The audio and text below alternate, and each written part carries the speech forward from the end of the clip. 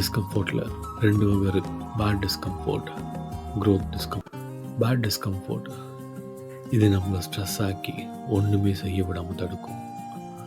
Growth discomfort இதுதான் நம்மளை அடுத்த லெவலுக்கு கொண்டு போகும்.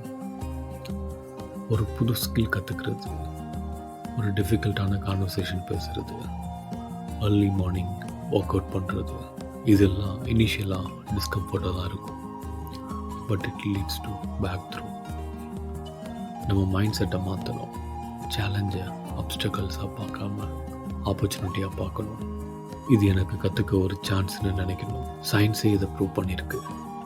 நம்ம பவுண்ட்ரிஸை புஷ் பண்ணும்போது நம்ம பிரெயின்ஸை லிட்ரலி ரீவயர் ஆகும். நியூரல் பாத்வே ஃபார்ம் ஆகும்.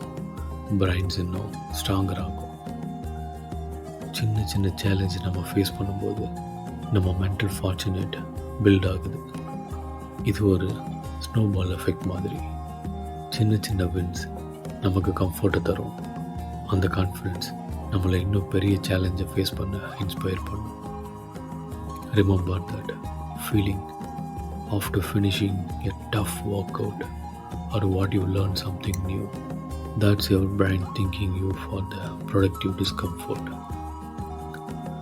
இப்போ உங்களுக்கு தெரியுமா உங்கள் கம்ஃபர்ட் ஜோனோட பவுண்ட்ரி எங்கே இருக்குன்னு? எந்த ஏரியாவில் நீங்கள் க்ரோத் விரும்புகிறீங்க? Take one small actionable step today. ஒரு அன்னோன் பர்சன் கிட்ட போய் பேசுங்க. ஒரு புது ரெசிபி ட்ரை பண்ணுங்கள். 5 minutes எக்ஸசைஸ் பண்ணுங்கள். க்ரோத் ஒரு journey, it's not a destination. Daily challenge your self.